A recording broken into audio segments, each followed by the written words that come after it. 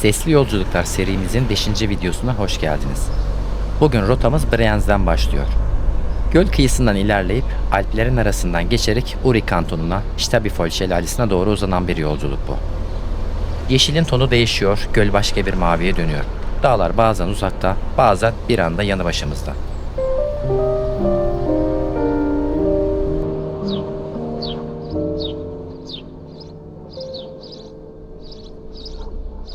Biz son 4-5 yıldır her yıl doğrudan İsviçre'ye geliyoruz. Bu bir hazır gelmişken uğrayalım planı değil. Burası bizim için hedef ülke. Elbette Türkiye'den çıktıktan sonra farklı şehirlerde, farklı ülkelerde konakladığımız oluyor. Ama her gittiğimiz yeri paylaşmıyoruz. Sadece gerçekten içimize sinen yerleri sizlerle paylaşıyoruz. Amacımız daha fazla ülke gezmek değil. Amacımız video sayısını artırmak da değil. Bizim için mesele ailece geçirilen zamanın kalitesi.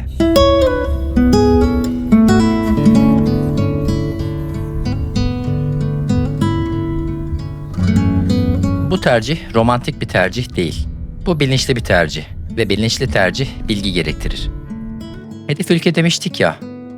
Buraya her gelişimizde genellikle Airbnb'de kalıyoruz. Ama yıllar geçtikçe bazı detaylar daha net görünmeye başlıyor.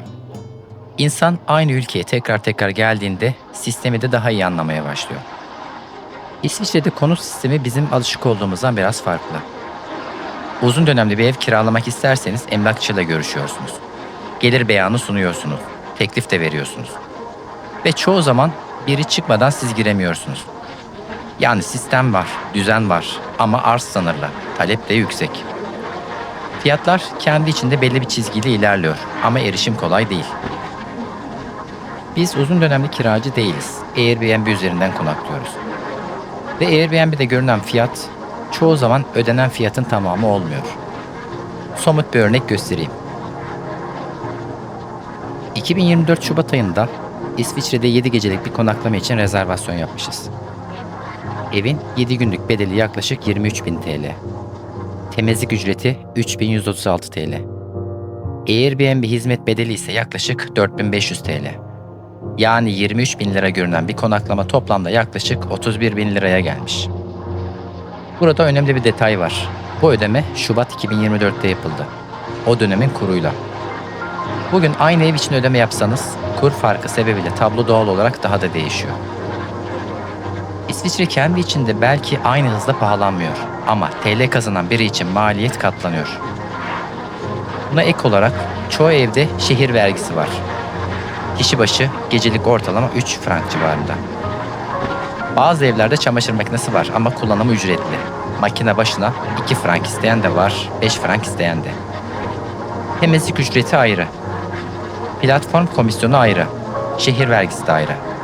Çamaşır apayrı. Bunların hepsi küçük ekleniyor. Burada bir karşılaştırma da yapmak istiyorum. Aynı dönemde yine 2024 yılı içinde Sırbistan'da konakladığımız bir konaklamanın faturasını da buldum. Orada tablo daha sade. Ev bedeli var. Airbnb hizmet bedeli de var. Hepsi bu. Temizlik ücreti ayrı değil. Çamaşır için ekstra bir ücret yok. Kişi başı gecelik şehir vergisi talebi de yok. Toplam ödeme kalemleri 2 satırdan oluşuyor. Bu bir iyi kötü kıyaslaması değil. Bu sadece sistem farkı. Ekonomik yapı farklı, talep dengesi farklı, ülkelerin maliyet yapısı da farklı. Ama aynı platform üzerinden konaklama yaparken maliyet kalemlerinin ülkeden ülkeye nasıl değiştiğini görmek önemli.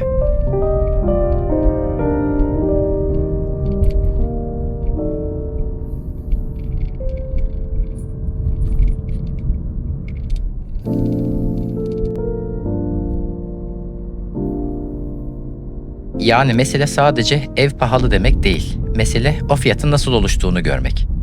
Daha uygun maliyetli ülkeler var mı? Elbette var. Aynı bütçeyle daha uzun süre kalabileceğiniz yerler de var. Peki biz neden yine burayı tercih ediyoruz? Çünkü mesele sadece fiyat değil. Mesele zamanın niteliği.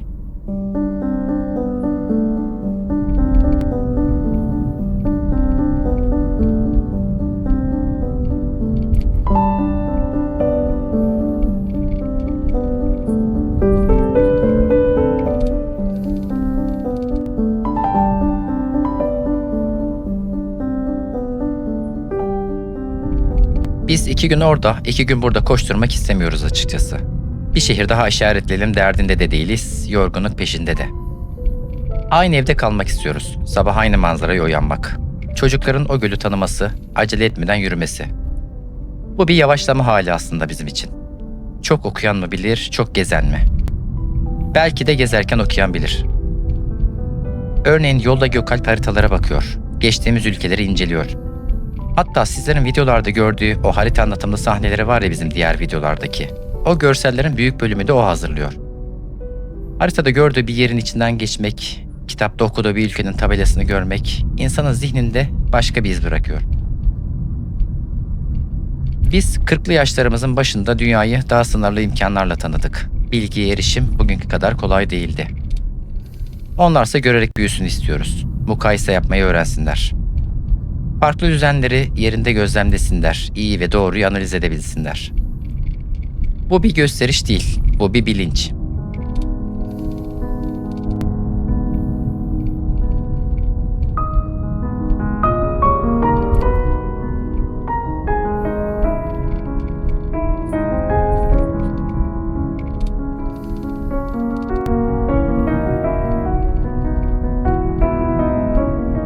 Çünkü küçük bir pencereden bakınca dünya küçük görünüyor. Manzara genişledikçe insanın bakışı da değişiyor. Bir ülkenin tabelasını görmek başka, o ülkenin içinden geçmek başka. Haritada bir gölü işaretlemek başka, o gölün kenarında oturmak başka. Belki de biz bu yolculuklarda en çok bunu önemsiyoruz. Şehir sayısını değil, deneyimin derinliğini. Bir yerden diğerine koşturarak değil de bir yerde biraz daha fazla kalarak öğrenmeyi.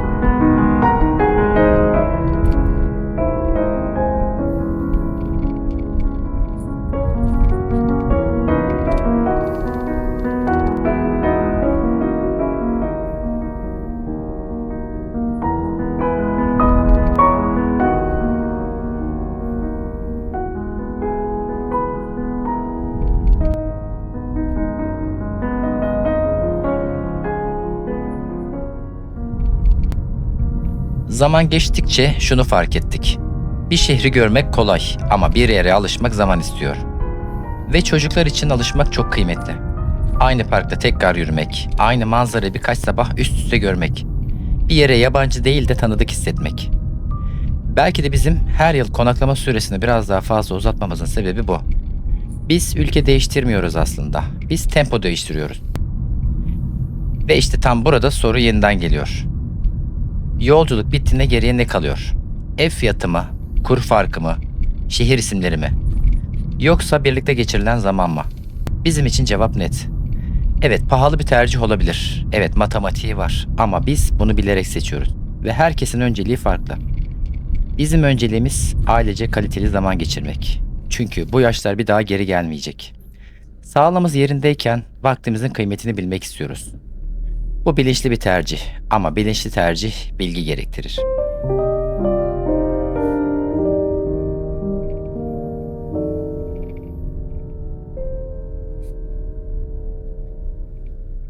Bazen bize şu soru geliyor. Peki madem bu kadar seviyorsunuz, burada yaşamak ister miydiniz? Güzel soru. Çünkü ziyaret etmekle yaşamak aynı şey değil.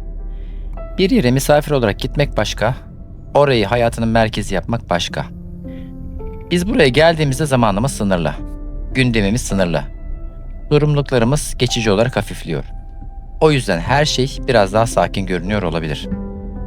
Ama burada yaşamak demek çalışmak demek. Sistemin içine dahil olmak demek. Vergi düzenine, sosyal hayata, kültüre tamamen adapte olmak demek. Misafirlikte hoş gelen birçok şey yerleşik hayatta başka bir anlam kazanabilir.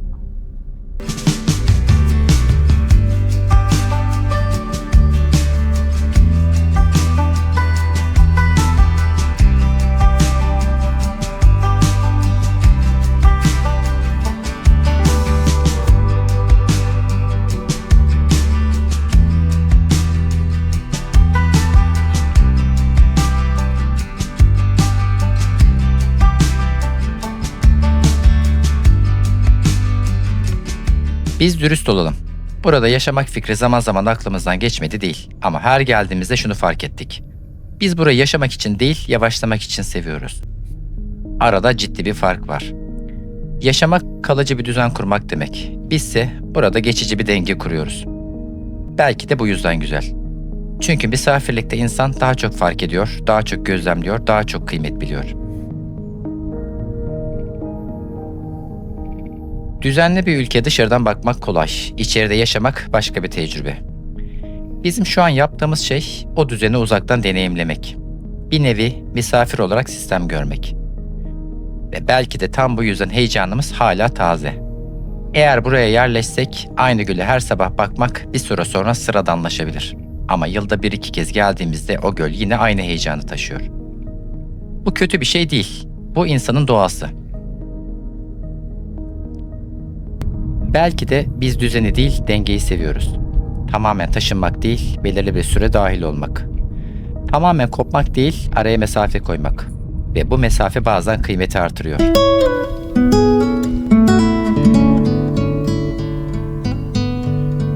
Az önce dedim ya, yaşamakla ziyaret etmek aynı şey değil. Bu cümle yanlış anlaşılmasın sakın. Bu sadece İsviçre için geçerli değil. İstanbul'u düşünün mesela. Anadolu'nun herhangi bir yerinde yaşayan biri için Boğaz manzarası büyüleyicidir. Tarihi yarımada, sokaklar, vapur sesleri. Ama İstanbul'da yaşayan biri için o manzara bir süre sonra günlük hayatın bir parçası olur. Bu kötü bir şey değil. Bu insanın alışma hali. Bizim söylediğimiz de tam olarak bu. Bir yere misafir olmak orayı daha dikkatli yaşamaya getiriyor. İsviçre'yi seviyoruz. Hem de çok seviyoruz. Doğasını seviyoruz, düzenini seviyoruz. Ama biz burayı bir hayal ülkesi olarak görmüyoruz. Biz burayı belli bir süre dahil olduğumuz bir denge alanı olarak görüyoruz.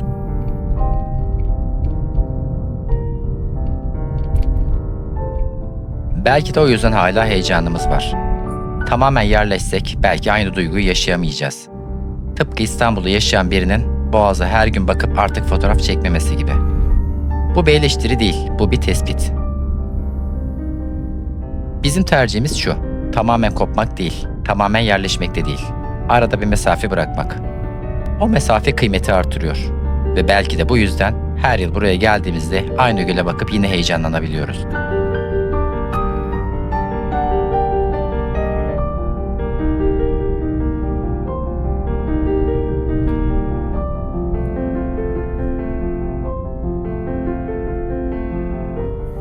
Biz aslında masumca geliyoruz, turist gibi.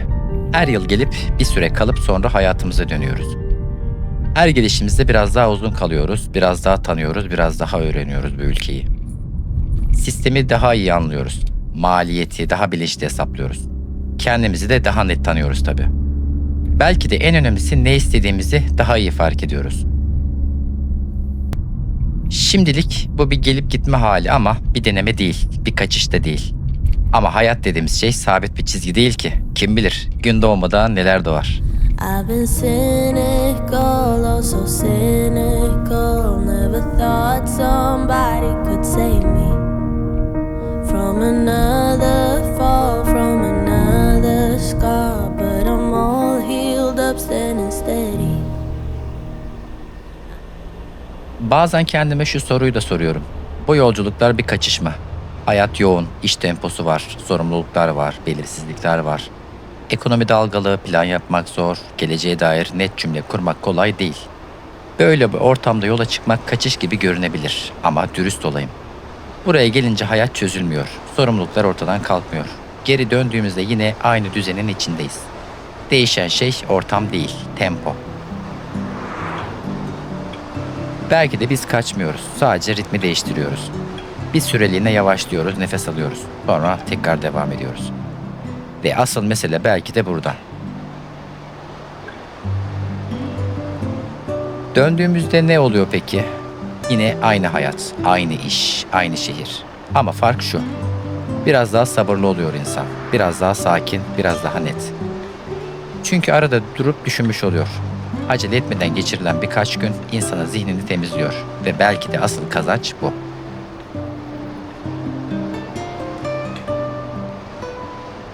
Bizim için asıl kazanç bir evin fiyatı değil. Bir sabah birlikte kahvaltı etmek, çocukların göl kenarında koşması, hiçbir yetişme telaşı olmadan yürümek. Bunlar küçük anlar ama yıllar sonra hatırlanacak olanlar da muhtemelen bunlar. Ne kira bedeli ne kur farkı. Yıllar sonra hatırlanacak tek şey bence o anın hissi.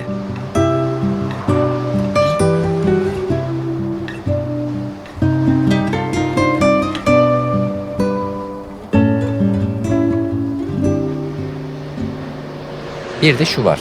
Dışarıda hayat belirsiz, ekonomi değişken. Gelecek planları sürekli revize ediliyor. Ama bizim hayatımıza küçük bir sabit var. Her yıl yola çıkmak. Her yıl bir süreliğine burada olmak. Belki de insanın belirsizlik içinde küçük sabitler arıyor. Ve biz bu sabiti seviyoruz. Bu büyük bir plan değil, büyük bir iddia da değil. Sadece hayatın içinde küçük bir denge noktası diyelim.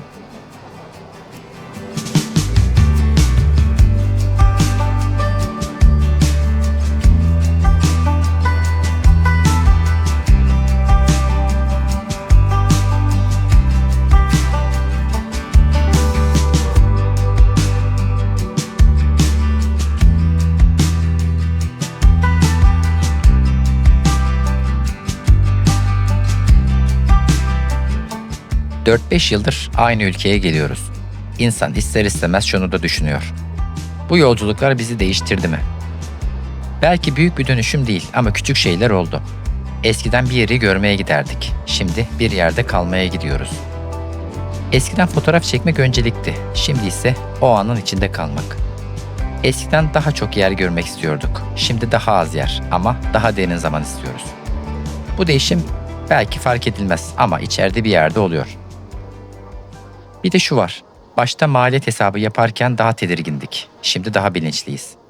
Başta acaba değer mi diyorduk, şimdi neye değer diye soruyoruz. Sorular değişti. Ve belki de olgunlaşma tam olarak bu.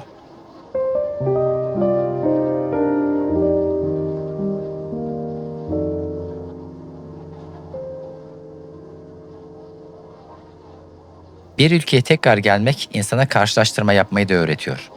Her şey mükemmel değil. Hiçbir yerde değil zaten. Ama neyin sana iyi geldiğini daha net görüyorsun. Ve bu netlik bence asıl kazanım. Belki de bu yolculuklar bize şunu öğretti. Hayatta her şeyi büyütmeye gerek yok. Daha büyük ev, daha büyük plan, daha büyük hedef. Bazen sadece daha sakin bir gün yeterli. Ve bu sakinliği nerede bulduğunu bilmek insana güven veriyor.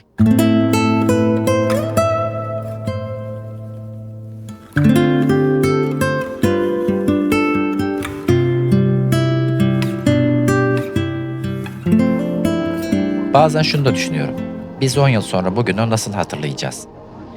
Belki bu gölü değil, belki bu evi değil. Belki ödediğimiz rakamları hiç hatırlamayacağız. Ama şu anı hatırlayabiliriz. Birlikte yolda olduğumuzu, acele etmediğimizi, bir yere yetişme telaşımız olmadığını ve çocuklar, onlar bu yolculukları nasıl hatırlayacak? Bir ülke adı olarak mı? Yoksa biz her yaz yola çıkardık diye mi? Belki de onların hafızasında bu ülkenin adı değil, arabadaki sohbetler kalacak. Yolda dinlediğimiz müzik, bir mola yerinde içilen kahve, bir sabah balkondaki sessizlik. Çocukluk anıları detaylı olmaz ama hissi kalır. Biz belki nerede kaldığımızı unutacağız ama birlikte olduğumuzu unutmayacağız. Ve belki de bütün mesele bu. Hayatın temposu zaten yavaşlamıyor. Çocuklar büyüyor, sorumluluklar artıyor. Günler daha hızlı geçiyor. Bir bakıyorsun bir yıl geçmiş, bir bakıyorsun bir yaş daha eklenmiş. Zaman kimse için durmuyor. Belki de bu yüzden biz yavaşlayabildiğimiz zamanları çoğaltmaya çalışıyoruz. Büyük kararlar değil, radikal değişimler değil. Sadece bilinçli molalar.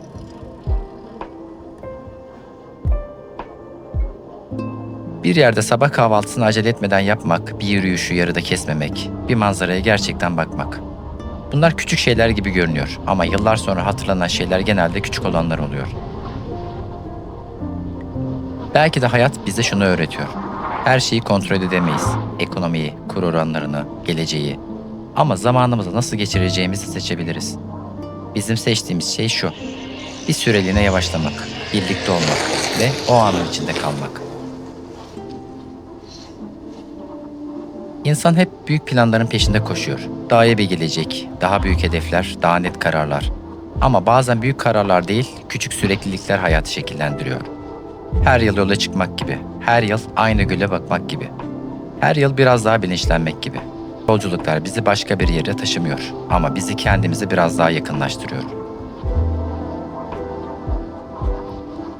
Belki şunu merak edenler vardır. Bu kadar kira, fiyat, sistem, tempo konuştuk. Peki bu video nasıl konusu ne? Aslında çok basit. Bir yere gitmek değil, bir hayat tarzını nasıl seçtiğimiz. Biz burayı övmek için anlatmadık. Kimseyi ikna etmek için de değil. Sadece şunu göstermek istedik. Bu tercih sadece duyguyla yapılmıyor. Bilgiyle yapılıyor, hesapla yapılıyor, zamanla test ediliyor. Her yıl tekrar ediliyorsa o artık heves değil, bir duruş oluyor. Kira kalemlerini anlatmamızın sebebi buydu. Airbnb komisyonlarını göstermemizin sebebi buydu. Sırbistan örneğini koymamızın sebebi de buydu. Romantize etmemek, gerçekçi olmak ve şunu söylemek. Biz burayı seçiyoruz ama neyi seçtiğimizi bilerek seçiyoruz. Belki de bu videonun özü şu. Ülke değil bilinç, manzara değil denge ve belki de en önemlisi koşmak değil karar vermek. Belki de bu kadar şeyi anlatmamızın bir sebebi daha var. Bu yolculuklar bize bir şey öğretti. İlk gelişimizle bugünkü gelişimiz aynı değil.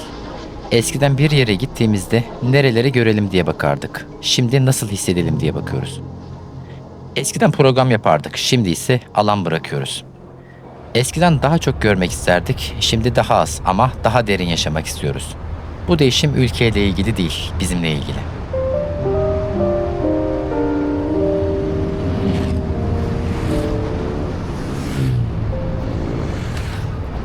Belki de insanın yaşı ilerledikçe öncelikleri değişiyor. Gösterilecek şeyler azalıyor, yaşanacak anlar artıyor. Ve bu farkı en çok da yolda anlıyorsunuz. Bir de şu var, biz buraya geliyoruz ama asıl sevdiğimiz şey belki de yolun kendisi. Arabanın içinde geçirilen saatler, sınır geçişleri, ilk mola, ilk göl manzarası.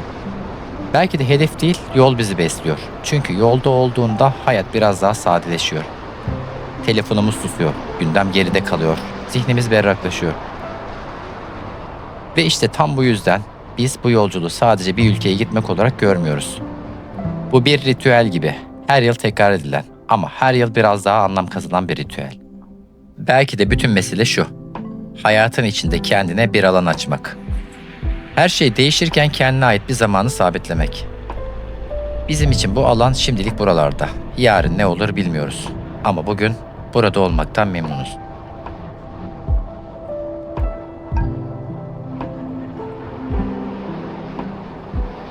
Belki de bu kadar şeyi anlatmamızın tek bir sebebi var.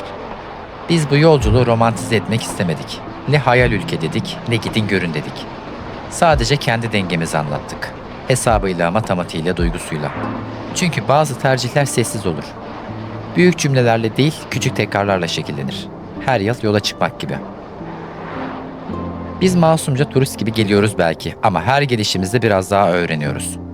Bir ülkeyi değil, kendimizi. Neye değer verdiğimizi, neyin bize iyi geldiğini, neyin sadece görüntü olduğunu. Ve belki de en önemlisi koşmak zorunda olmadığımızı. Bir gün çocuklar büyüyecek. Bu yolculukları nasıl hatırlayacaklarını bilmiyoruz. Ama şunu biliyoruz. Birlikte yolda olduğumuzu hatırlayacaklar.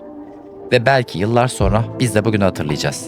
Ev fiyatını değil, o sabahın sessizliğini. Hayat büyük kararlar istemiyor bazen. Küçük ama tekrarlanan tercihler istiyor. Bizim tercihimiz şu an için bu. Bir süre daha gidip gelmek, bir süre daha öğrenmek, bir süre daha yavaşlamak. Gerisini zaman gösterecek.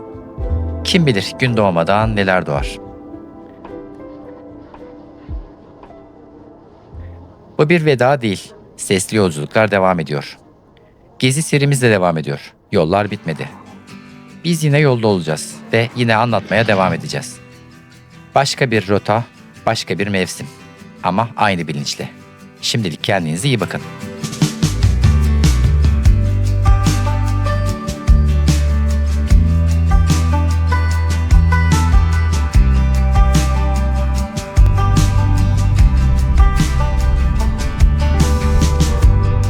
When you don't know where you're running, come running back to me. I'll be waiting on you, please believe that I'm always gonna love you, that there's nothing you could do to make